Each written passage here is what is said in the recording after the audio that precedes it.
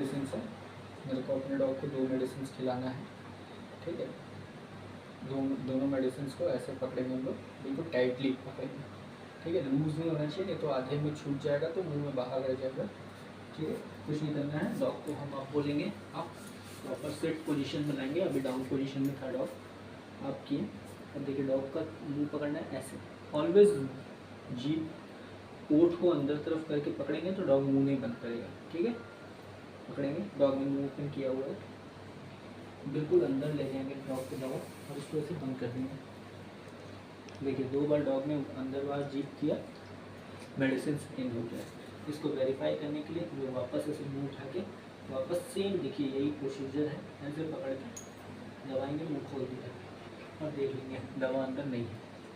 बस बिल्कुल easy way है जिससे आप अपने डॉग को मेडिसिन दे सकते हैं।